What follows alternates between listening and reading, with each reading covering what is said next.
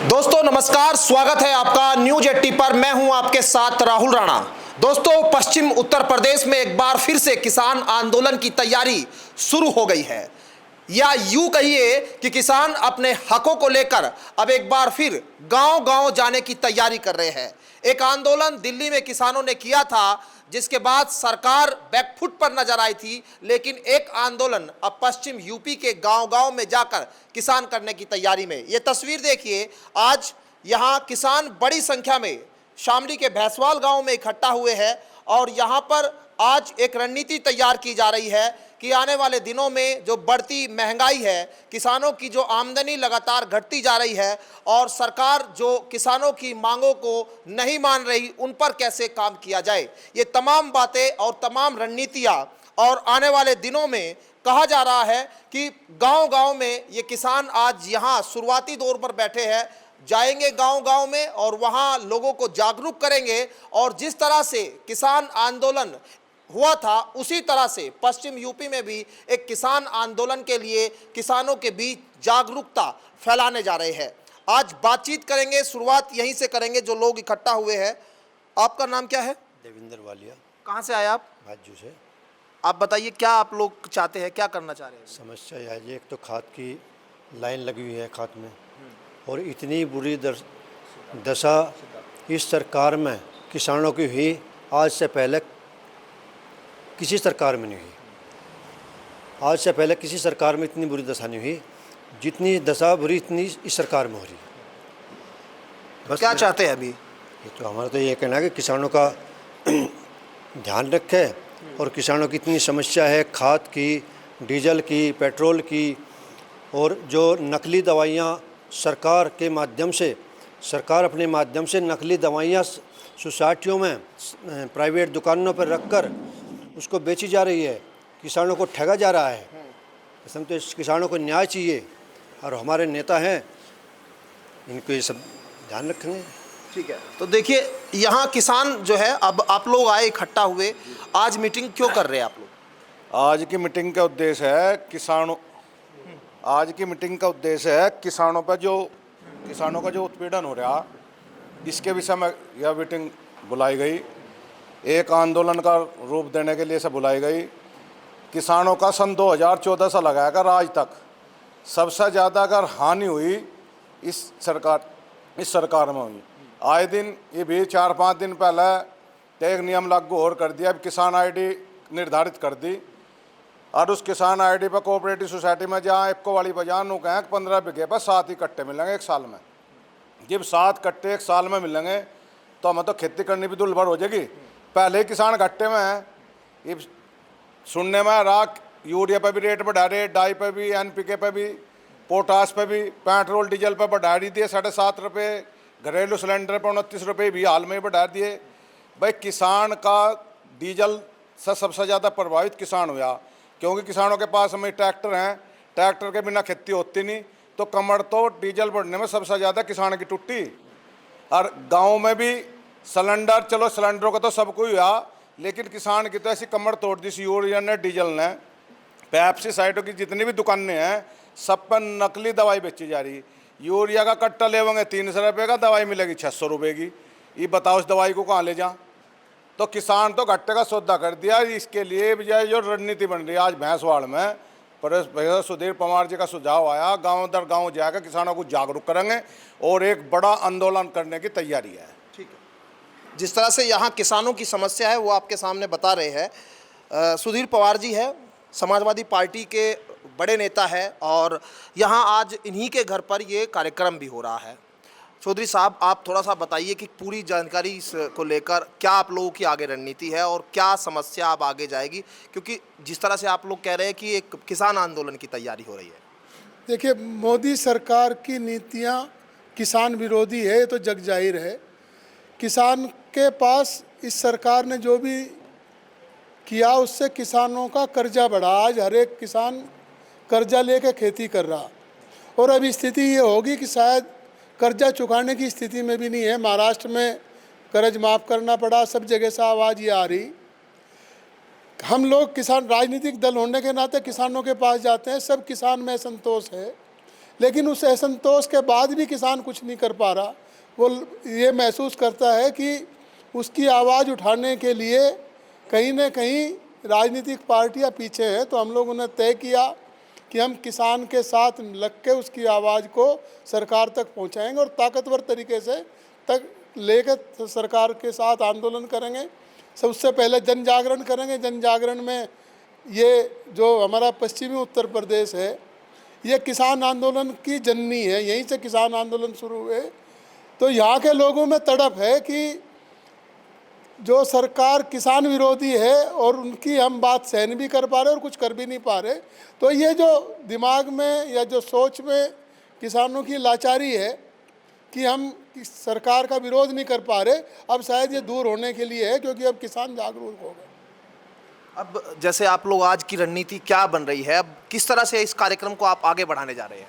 देखिए, जो किसान में संतोष है उसके लिए जन जागरण करेंगे। किसानों के पास जाएंगे कि यदि आप वाकई बदलाव चाहते हैं तो एक जगह आप इकट्ठे होकर आवाज़ उठाओ, जिससे आवाज़ सरकार तक जाए और सरकार और सब कुछ अनसुना कर सकती है, लोगों की भावना और लोगों की आवाज़ नहीं कर सकती यदि लोकतंत्र है। तो ये हम किसानों को मौका देंगे या किसानों के साथ हम लोग जुड़ के उनकी आवाज़ को सरकार तक पहुंचाने में हम लोगों ने लक्ष्य किया कि हम हर गांव में जाके लोगों से मिलेंगे, किसानों से मिलेंगे, मजदूरों से मिलेंगे और उनकी बात को सरकार तक पहुंचाने जितना ताकतवर बनाएंगे।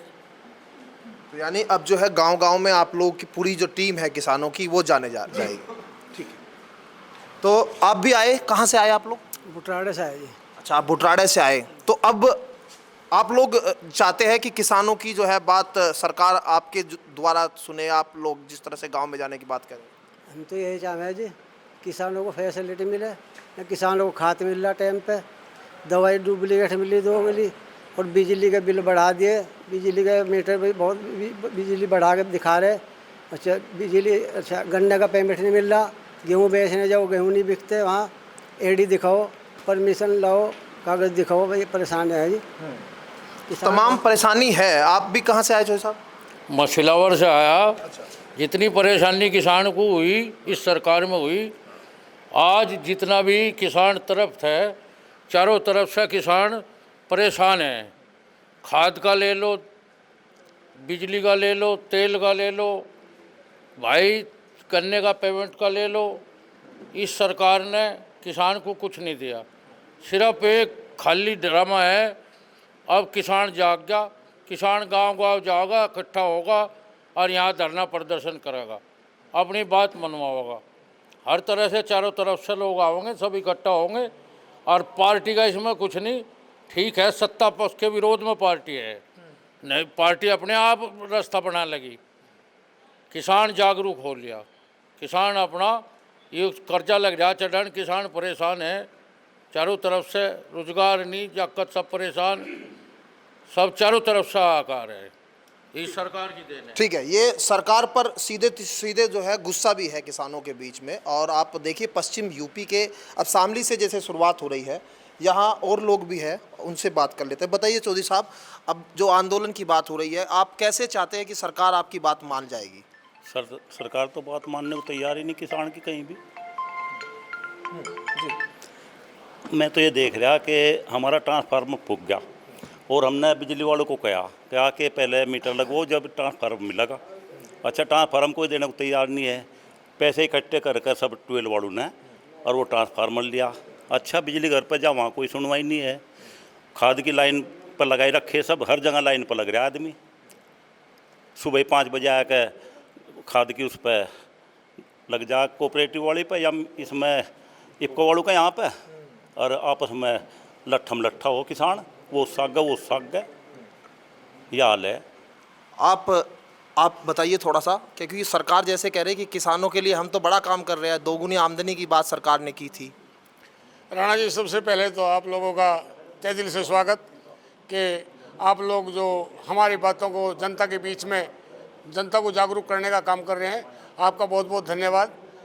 देखो, ऐसा है कि पहले यूरिया बहुत किस्म के आते थे, चांद छाप यूरिया आता था, श्री राम यूरिया आता था, करम को आता था, अच्छा ईफ को आता था, यानी 10 तरह के खाद यूरिया आते थे, यूरिया सबके सब बंद करके एक इफको रह गया बस सिर्फ। या फिर दुकानों पे जितने भी पेस्टिसाइड की दुकान है उनका लाइसेंस बना है, उनके यहाँ 5-5 गाड़ी उतर रही है। अगर किसान उनके यहाँ 4 कट्टे खाद के लेने के लिए चला जा तो उसे 10,000 रुपये की दवा उठानी पड़ेगी। और कोऑपरेटिव सोसाइटी, मिल सोसाइटी पे अगर किसान चला जा तो वहाँ पे उसे 2 दिन लाइन में लगने के बाद में 3-4 कट्टे मिलेंगे। 3-4 कट्टे को कहाँ कहाँ गिर लेगा। तेल पे महंगाई है, खाद पे महंगाई है, गैस पे महंगाई है, हर चीज़ पे महंगाई है और किसान पूरा त्रस्त है। भ्रष्टाचार चारों तरफ फैला हुआ है, ये जनता में हाहाकार मचा हुआ है। तो ये हम पवार साहब के हिसाब से, जैसे पवार साहब बोलेंगे इनका आदेश मानेंगे और जनता के बीच में जाके और अपनी बातों को रखेंगे। तो यहाँ जनता के बीच आने की बात देखिए अब हो रही है, लेकिन समाजवादी पार्टी के पूर्व जिला अध्यक्ष भी है, उनसे भी एक बार बात कर लेते हैं। इससे पहले भी हमने किसानों की मीटिंग की, सोसाइटियों में भी प्रदर्शन किया। अब स्थिति ये है कि किसान इतना त्रस्त हो चुका, खाद तो उसकी पहली प्राथमिकता है, दूसरी प्राथमिकता उसकी दवाइयाँ हैं। खाद के साथ साथ नकली दवाइयाँ किसान खरीद रहा दुकानों से और वो इतने महंगे रेट में मिल रही कि वो उसकी पूर्ति करने में असमर्थ है। दूसरी बात, मजदूरी इतनी बढ़ गई, किसान की फसल का जो मूल्य है वो इतना कम है। पहले मैं आपको छोटा उदाहरण दे दूं, अब से 10 साल पहले किसान मजदूर को 5 किलो गेहूं देता था पूरे दिन के। आज मजदूर 600 रुपये ले रहा, 5 किलो गेहूं की कीमत 125 रुपये है। 6 गुना किसान मजदूर को दे रहा 600 रुपये। आप ये बताओ उसके गेहूं का रेट 2,500 रुपये, उस टाइम 1,000, 1,200, 1,500 रुपये था जब 5 किलो गेहूँ देता था। आज 2,500 रुपये है। अगर गेहूं का रेट 6 गुना कर दें, 25 छिका 150, 15,000 रुपये बैठता है तो किसान आराम से 1,000 रुपये देगा मजदूर को। आज किसान के पास मजदूर आके खुश नहीं, किसान अकेला काम कैसे करे खेत में। सबसे बड़ी समस्या ये है कि महंगाई इतनी बढ़ गई हर चीज़ की। बिजली की स्थिति देख लो, पहले अखिलेश जी की जब सरकार थी, मैं बताऊँ आपको, 400 रुपये के लगभग जो है बिजली का बिल जाता था। आज 400 रुपये मीटर का एडवांस देना पड़ता है। ट्रांसफार्मर की सुन लो, मेरे गांव में पिछले हफ्ते ट्रांसफार्मर फूका, 10,000 रुपये लेकर ट्रांसफार्मर बदला। जब ट्रांसफार्मर आया, 12 चालू करी तो उसमें 2 फेज चले। फिर फ़ोन किया, कहने लगे अगले दिन आएंगे। तीसरे दिन आ गए, फिर ट्रांसफार्मर बदला, उसका भी खर्चा देना पड़ा। किसान की स्थिति इतनी ख़राब कर दी सरकार ने कि वो तो फांसी खाने के लिए तैयार हो रहा बिल्कुल जो है। मैं 10 साल चेयरमैन रहा गन्ने का, आपको बताऊं, पिछले 10 वर्षों में सरकार रोज़ टेलीविज़न पर भोंपू बजाया कि हमने इतना भुगतान कर दिया। पिछले 10 साल का थाना भवन का रिकॉर्ड निकलवा लो आप। आज भी 150 करोड़ रुपया थाने भवन पर किसानों का बकाया है। 38 करोड़ रुपया आज के टाइम में ऊन का बकाया है। शामली मिल की स्थिति ये है कि ये मिल बिक गया, नहीं तो इससे पहले जो है इसकी भी स्थिति यही थी। किसान फीस बच्चे की हर महीने जाती है, बिजली का बिल लेने के लिए कनेक्शन तक काटने लगे। आप ये बताओ किसान कहाँ जाए? ये बाहर देश से आ रहा है किसान? पहले भी किसान था, सैकड़ों वर्षों से खेती कर रहा था, किसान कभी घाटे में नहीं गया। किसान घाटे गया पिछले 10 वर्षों से जो है। और ये सरकार की गलती है। अगर सरकार नहीं चेतती तो ये भयंकर हालत होगी सरकार की।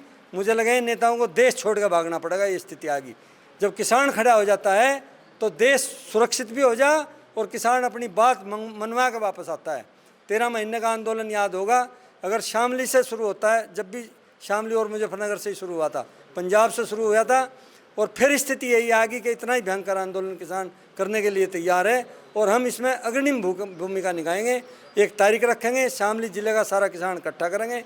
अगर हमारी बात नहीं मानी जाती तो ये आंदोलन संगठित होगा, पूरे देश में आंदोलन चलेगा किसानों का, जब सरकार चेतेगी। ठीक है, तो किसान जो है लगातार ये बात कहते रहे हैं कि उनका जो खेती है वो घाटे का आज के समय में सौदा हो चुका है। अब किसान एक बार फिर आंदोलन के लिए तैयार होता दिख रहा है। शामली, मुजफ्फरनगर ये वो इलाका है जहां किसान आंदोलन के लिए अग्रणी भूमिका में रहता है। लेकिन सवाल वही है कि क्या अब 2027 के विधानसभा चुनाव से पहले एक बार फिर पश्चिम यूपी से ही किसान सरकार के खिलाफ बिगुल फूंकने जा रहा है? क्या वाकई आने वाले दिनों में सरकार को जो है किसान अपनी मांगों को लेकर मजबूर करने जा रहा है, ये तमाम सवाल खड़े होने वाले हैं। क्योंकि अभी किसान गांव-गांव में यहाँ जाएगा, बात हो रही है कि हर गांव से 20 लोग 30 लोग इकट्ठा किए जाए और एक बड़ी मीटिंग जुलाई के पहले सप्ताह में रखी जाए। लेकिन अब शुरुआत किस तरह से यहाँ हो रही है, उसकी आज पहला दिन है और आने वाले दिनों में ये साफ हो जाएगा कि जो किसानों की रणनीति है वो किस तरह की देखने को मिलेगी। वीडियो जर्नलिस्ट गौरव राठी के साथ मैं राहुल राणा, न्यूज़ 18 शामली।